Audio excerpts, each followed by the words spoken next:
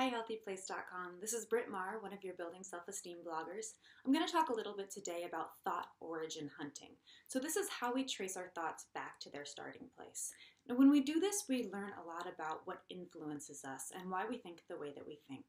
So I'm going to suggest using this technique, looking at the why and where behind the what. So when we hear ourselves using really definitive language like should, have to, need to, only, never, always, we have an opportunity to challenge where these thoughts come from. And we can do that by asking why and where.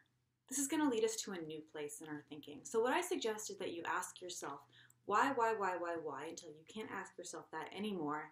And then you ask yourself where. Let me show you an example of what I mean. So let's take a thought like, I need to call my mom. Well, we start off by asking why. I need to call my mom. Why? Because it will make her happy. Why? Because she loves me and wants to hear from me. Why? Because family is important. Why? Because it just is. And that's the place. When we say it just is when we switch to where. That's when we say, where did you learn that thought? Well, I learned that thought from my family growing up. There's my origin. The origin of the thought, I need to call my mom, comes from growing up and having a family that taught me that family was important. And when you hit the point that you found your origin, you can decide if it's a thought that you want to keep or if it's something that you want to release. So using another example that's more related to self-esteem, let's say I need to wear perfume. Why? To smell nice.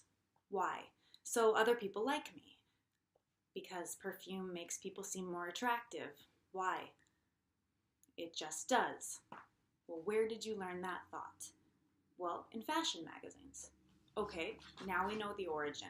We can look at it, we can decide if we like it, if we want to hold to that belief, or if we want to work towards releasing that belief. Is that an origin that we think is valid? Is it universal? And I think we have to ask ourselves, does that origin have our best interests in mind? So once we know where something comes from, we can decide if we want to keep it or if we want to release it. Give it a try. Ask yourself, why? And when you can't answer why anymore, ask yourself where. Where did I learn that thought? See where it leads you. Bye, guys.